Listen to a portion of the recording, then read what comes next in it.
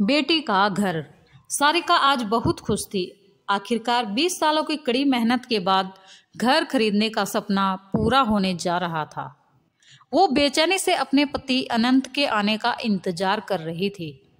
अनंत के आने पर सारिका ने उसे खुशखबरी दी। अनंत ने कहा, एक और घर की क्या जरूरत है?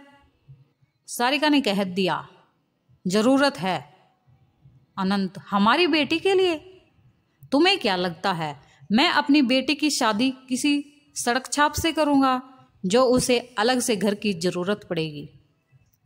सारिका बोली, नहीं अनंत, मैं बस ये सोचती हूँ इस दुनिया में एक ऐसी जगह हो जिस पर सिर्फ मेरी बेटी का हक हो, जहाँ से उसे कोई भी किसी वजह से न निकाल पाए। अनंत ने हैरान होते हुए कहा, क्या मतलब? सारिका बीते दिनों को याद करते हुए बोली, याद है एक बार किसी बात पर झगड़ा होने पर तुमने मुझसे कहा था निकल जाओ मेरे घर से। रोते हुए जब मैं मायके पहुंची तो माँ बाप भैया भाभी ने साफ शब्दों में कह दिया, अब तुम्हारे पति का घर ही तुम्हारा घर है। लेकिन उस वक्त मैंने तय कर लिया था मेरी बेटी के पास मायका और ससुराल के अलावा उसका एक घर होगा।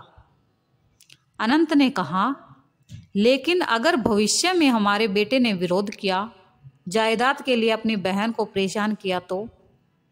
सारिका ने कहा, मैंने सब पता कर लिया है। मैं एनओसी पर अपने बेटे के दस्तखत करवा के ही अपनी बेटी को ये घर दूंगी। सारिका की सारी बातें सुनकर अनंत ने कहा, कितना सोचती हो तुम? सारिका ने हंसते हुए कहा, सोचना पड़ता है क्योंकि तुम्हारे पास घर है। हम औरतों की तरह मायका और ससुराल नहीं।